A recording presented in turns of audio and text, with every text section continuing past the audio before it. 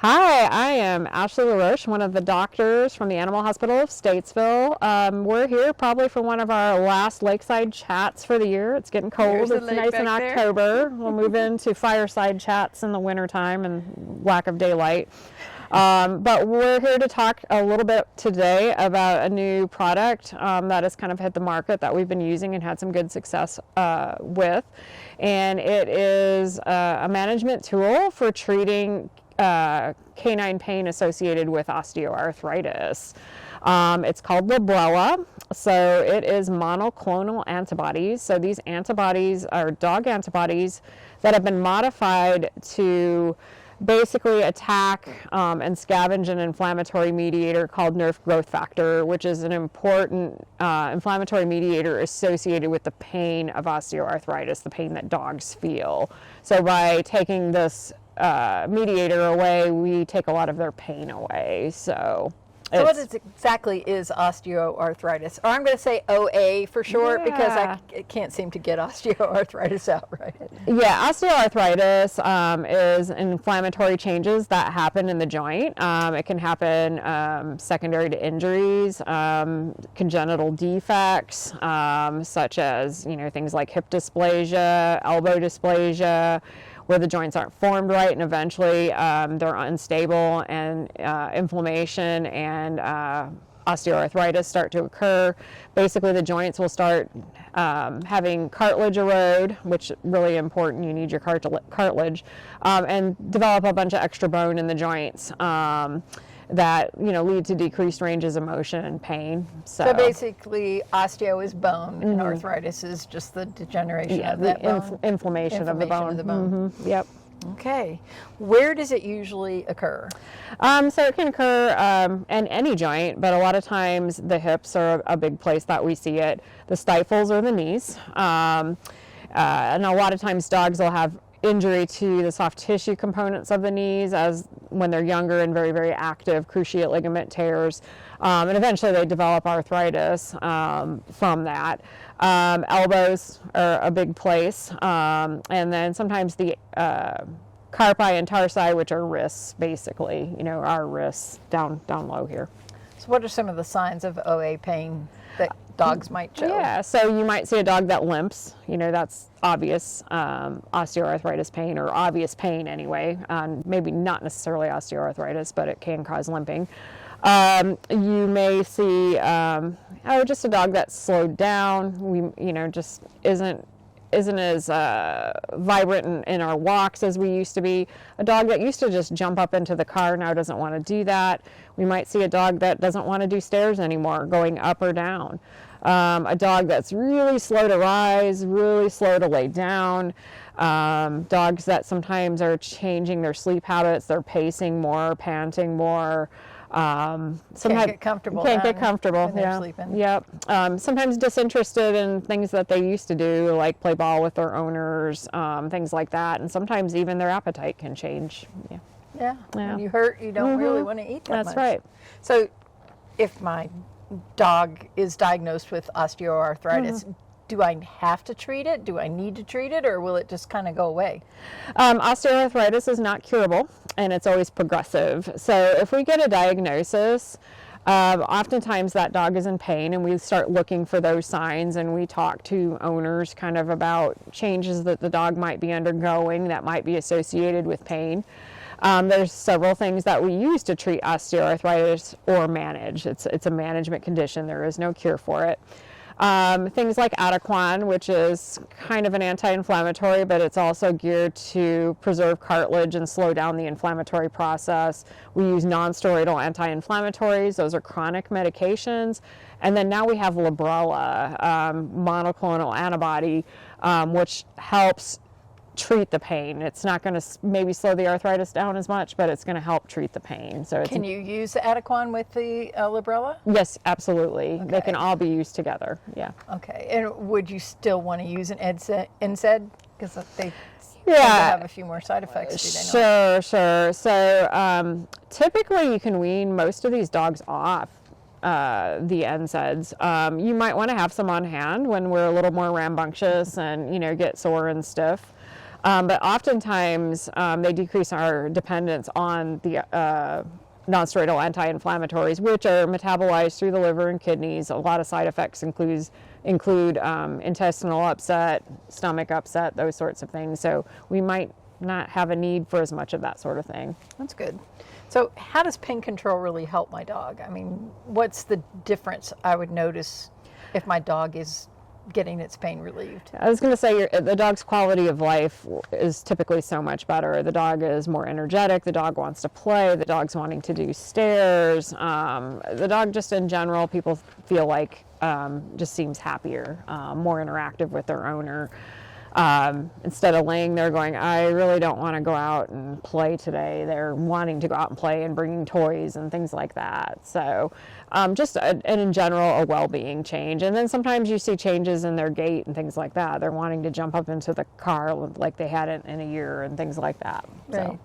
So it can be treated or managed, you said, but not cured. No. So you can use the Adequan and the Librela and possibly NSAIDs if you need them. Correct.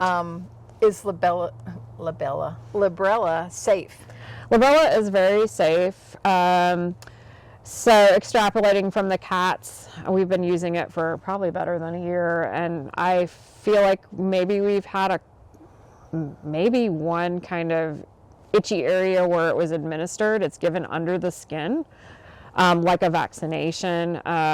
So far in the dogs we've used it in, we've not seen anything, but you might expect something like an itchy site reaction or something like that, but typically the side effects are very minimal. And that's one really attractive thing about it, because the nonsteroidal anti-inflammatories we depend on have lots of side effects. So does my dog need to have blood work to start it or to continue it? No, typically there's no monitoring needed with Librela, unlike the nonsteroidal anti-inflammatories where we recommend blood work sometimes before starting them, sometimes right after starting them, and then usually every 6 months to a year after that. So how is Librela administered? Is it a pill? Is it an injection? It's an injection. It's given under the skin. It needs to be given by a veterinarian or trained hospital personnel. Usually the doctor gives the first injection, and then we kind of follow up to see how the dog's doing, has it been effective, those sorts of things.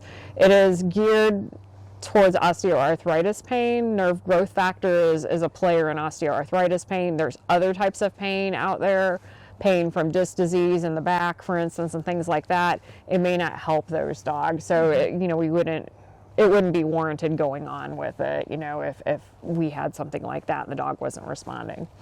So how frequently does the dog have to have Librela injections? Librela injections are given monthly. Dogs respond sometimes as early as 7 days after the injection in a positive way. Some dogs take a little longer to respond, so it's recommended before we say, oh, it didn't help, we give at least 2 injections. But most dogs are responding pretty quickly, I feel.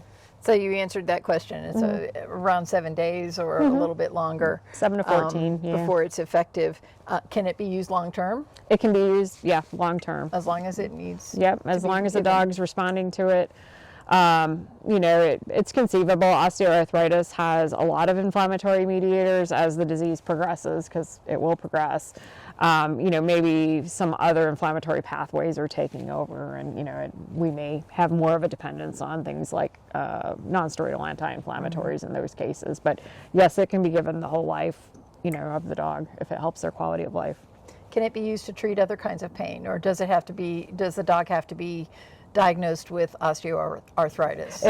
It has to be diagnosed with osteoarthritis. And how do you diagnose? Typically, we're going to do a physical exam. We are also, just checking joints, looking for swelling, thickenings, ranges of motion. We're also going to be relying on pet owners, dog owners, to be kind of telling us what this dog's doing at home as far as changes in its behavior, its activity, to give us a clue, yes, this may be happening. And of course, x-rays a lot of times will show us evidence of osteoarthritis.